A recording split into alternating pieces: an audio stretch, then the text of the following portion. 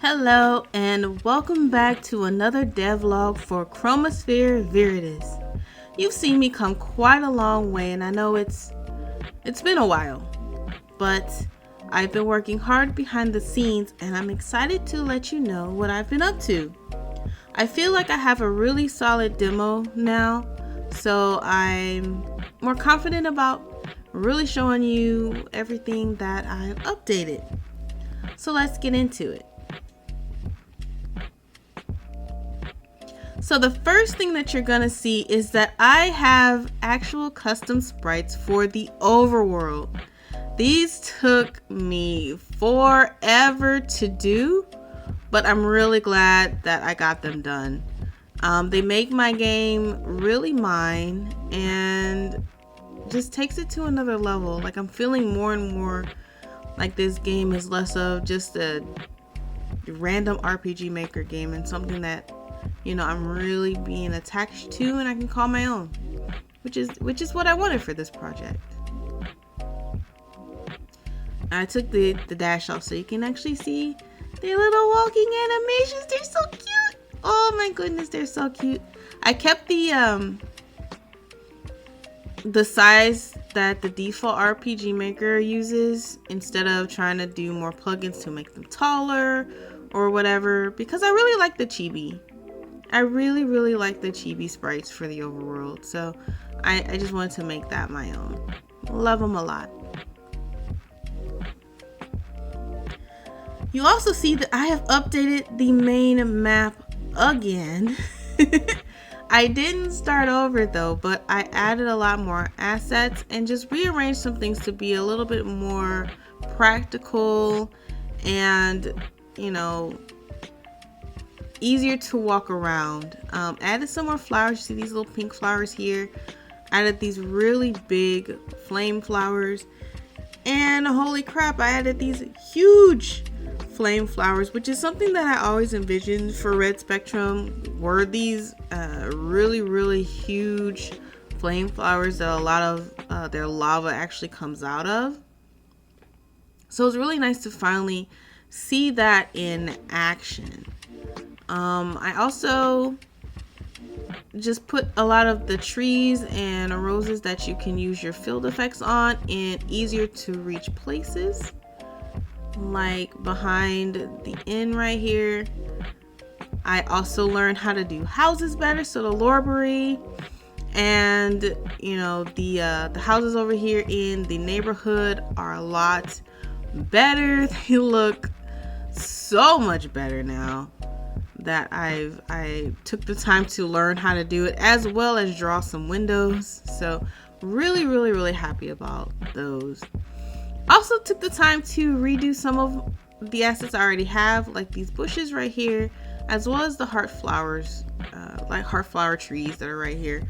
I got a new drawing tablet and it made it so much better to go back and make these smaller assets a lot better, because I can zoom in a little bit more. So you can see these little flowers have been redone as well. So just a lot of polish on the main town. You can actually go into Amarad's house now, which you couldn't do in the previous iteration of the game. So I'm really happy about that. And you can also go into the for sale house up here now, which you couldn't do before. So you have another option for those who have their own Astrian or are thinking about claiming one of the NPCs. So let's turn on dash. And you can see that we have proper profile pictures, not the placeholder art anymore. You can see what Emerald actually looks like, and I actually redrew the one I have for Red, same pose, to see just how far I've come with my art since I made that original picture. Really like the way this came out, and really want to have a little bit of personality in their profile pictures. Also, as you know, you will see those same pictures in the battles, and those battle pictures are changed for if they get special attacks or special different outfits and things like that. Which leads me to a good segue. You know, one of the things, and I just like the crystals, I finally found a good spot for those, as well as the cave having an actual entrance now, which is really nice. The library is also smaller because there wasn't a lot to get in this first area, but I changed my mind from having the library just be one for the entire spectrum. It just was really big for no reason, and I really don't like that, so I changed that. So now it's just small enough to see the different things that you can get. And this is all the stuff that you unlock as you 100% the area, except for the couple things that you can't 100% in the beginning, which will be like right here and right here. Yeah, really like the way that looks now. So I cut my own self off. The other big thing, I told you I wanted to have the equipment set bonuses, which I had already implemented into the game, but I decided to go a step further with those. And let me show you what I mean. If we give Red, and I'm going to clear. If we give Red the entire the entire Blaze set, you see that her picture changes. And this was something that I've been wanting to implement for a long while, because I just think it adds something when the character actually changes when you give them armor. I didn't want to do it for each piece, so this only happens if you get the entire set, which incentivizes you to try and collect all the pieces or craft the pieces, which you can also do. Changes in the profile picture. Also, the overworld sprite changes, which I think is really, really cool. And if we go back to the diner, let's start this battle over here. Oh, I actually did this one already. Well, I'm gonna have to change files, and I'll show you the battles with them later on then. The battle sprites, even though they're still the RPG Maker customizable ones, I did update those to change when you put the full set on. Let's now take it off of her. Give her her weapon back. And let's put them on her. You can see her picture now changes, and if you notice, the armor doesn't look exactly the same between the characters. It's kind of custom to them, which I really like when RPGs do that. You don't see it that much between female characters. You see it more, you put the armor set on a male and then on a female, and you see those differences with the same set of armor.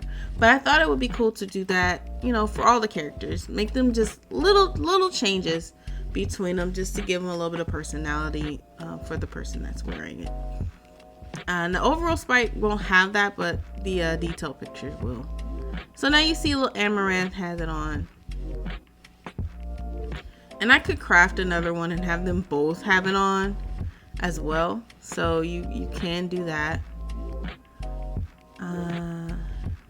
Yeah, that was one of the biggest things that I implemented that I'm really, really happy about. Also, let's see. Let's tell you about this. So these little characters, I actually recoded their entire taming mechanic. So you're still gonna try and feed them, but there's a chance to tame with feeding now instead of it being automatic. Let's go and craft. We have to craft. Let's craft some goodies for our little friend there.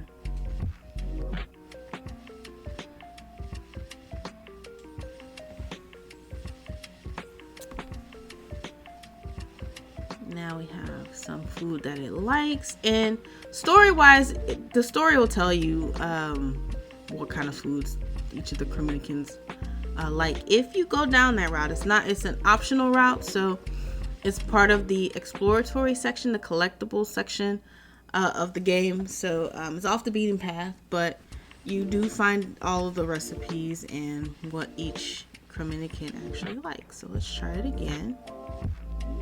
It likes the meal, but it doesn't seem to be any more friendly. So it has a chance to tame. And this one steals some of your pixels because that is an overdrive thing. It likes shiny. It really, really likes shiny objects. And if I can get it to tame. Let's see. I got 5 of these. And it doesn't steal very many pixels because, come on, it's tiny. It can't hold that many in its mouth.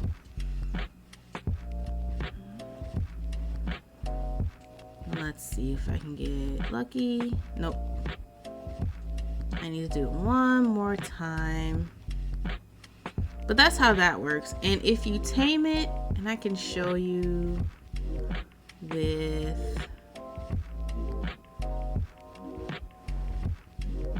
let's go up here. This guy. If you pet them and you've tamed them, you can now listen to them because you get wild voice at the beginning of the game that says, hey, you can communicate with Crominicans, but I never implemented any other time that you used it except for with Mr. Spider. And I was like, that's really weird. So let me go and implement it somewhere else.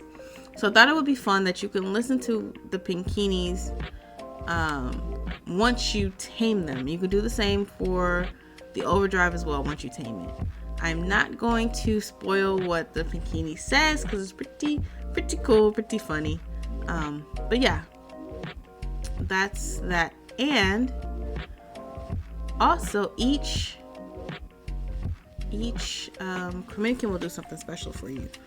So this is not a Pokemon like in that you're taming all of these creatures so they can go and fight for you. They're not gonna fight for you.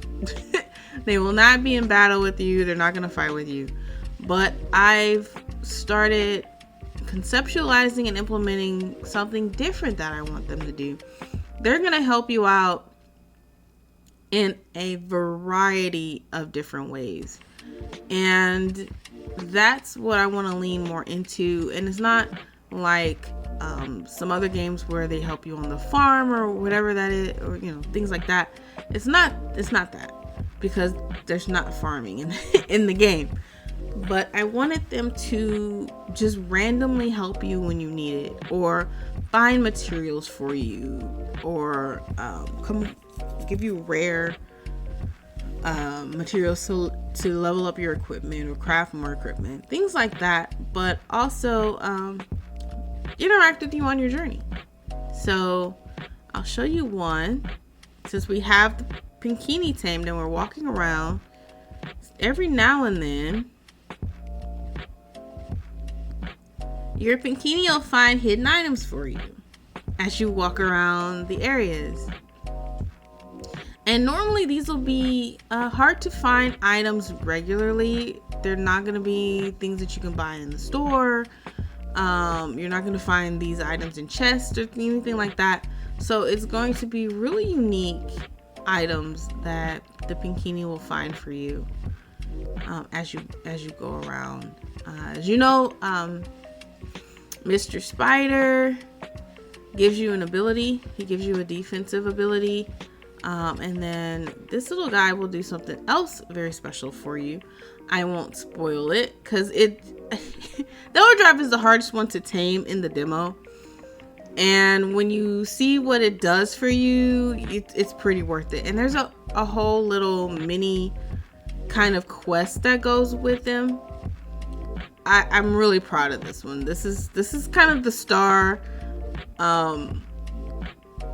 to the face child of the demo, basically. If you put the time into it, you will not be disappointed with taming this one. Also, listening to it once you tame it is a really big deal as well. Like I said, I'm not gonna spoil it because I'm really proud of the implementation for that little guy. Now I believe that might be all that I need to show you on this file. So let me go to a different file, show you a couple more things.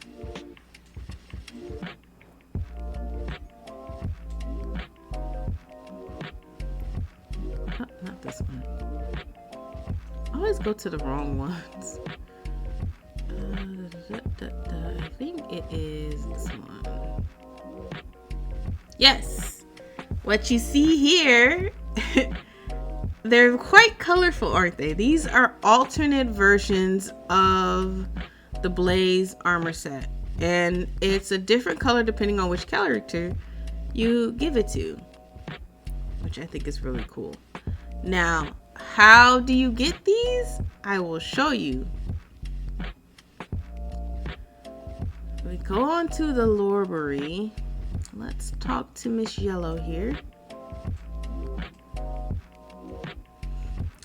You can actually redeem a code. Now, I am so excited to have figured out how to code this into the game, because I always love games that you can actually go and get codes for. It's a really cool way to add things into the game, and tie in like products that you sell, you know, different events, stuff like that. I just really loved it. I really wanted to put this in the game.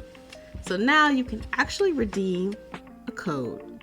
And one of the codes that you can redeem is this alternate Blaze armor set.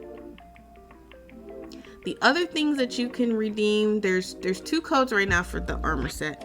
And then there's one code that'll give you what I'm calling a design for your basic staff, and a design for your basic bow. So basically the weapons that you use the majority of the demo, you'll get a skin for, basically. So it'll change the way they look in battle. So that was the other thing that I implemented, was the code system, and just using the fact that I have a plugin that allows you to change what the weapons look like in battle. I wanted to really utilize that in more than just, hey, you got a new weapon, it's gonna look differently. Now you can actually collect different skins to change what your weapon looks like, and I think that's going to add a lot of variety to the game, a lot more incentive to go off the beaten path, go exploring, more reason to have codes as well. I'm like, you can tell I'm super excited for everything. Also fix this where when you actually pick up something, you can move into the block, because I had that as a bug. You'd pick up something and then you'd have an invisible wall. Anyway, I believe that's all of the new things that I've been doing. It doesn't seem like a lot, but it was a lot. And I'm really excited. Really excited for it. Let's see. Oh yeah, I can show you. This was the other thing. As you can see, the in-battle sprites also change when you have a full armor set. I wanted to show you that I actually have battle backgrounds now that I've customized. So you go into the book, so of course you're battling on the book now, and those profile pictures do show up in battle, and those will change for special attacks or, you know, story scenes, different things like that. I also made them a lot smaller than they were originally, because they were really big, and that was a bit too much. So I wanted to show you that. I would like to show you the other one.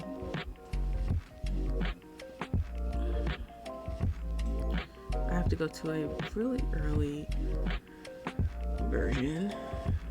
So I want to show you the other. Wow. I want to show you the other one.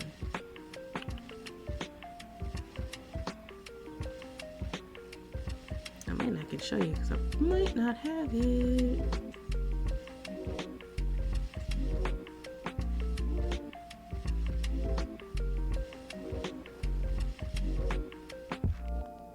Let's see.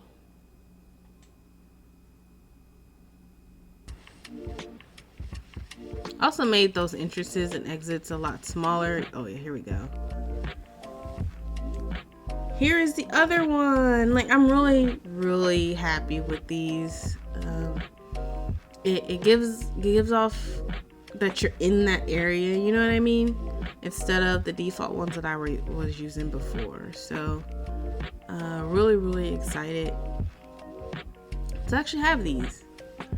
And like I said, the next there aren't battle sprites that are custom yet. The next big thing that I'm going to focus on is battles in general, learning more about enemy AI, learning more about, you know, choreographing the battle animations and just all of that stuff. And in that process, we'll be customizing those battle sprites. But I did want to update them with the equipment set bonuses right now in the meantime, because it just all looks really good together.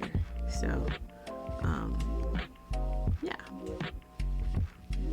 and oops and that's fine, I didn't move fast enough. This area didn't change that much. And yeah, that is a pretty heavy update for the game. Like I said, I'm pretty confident in my demo now. It's up on itch.io. I'll put a link in the description for you if you want to go and try it out. I'm really proud of the way this is turning out. There will be a break now. I'm gonna take a breather off of the game for a bit, work on some other things, and come back to it fresh, because I don't want to burn myself out on it. I finally got, you know, a good first area, and I want to kind of leave it at that for now, and do some other things, come back to it. So you might not get another video for a little bit, but I hope in the meantime you'll be playing the demo, seeing all the things, find all the hidden stuff, and just really enjoy this cozy-ish game with RPG elements, a little collectathon kind of game. And with that, I think that's all. So until next time, exalted blessings. Bye.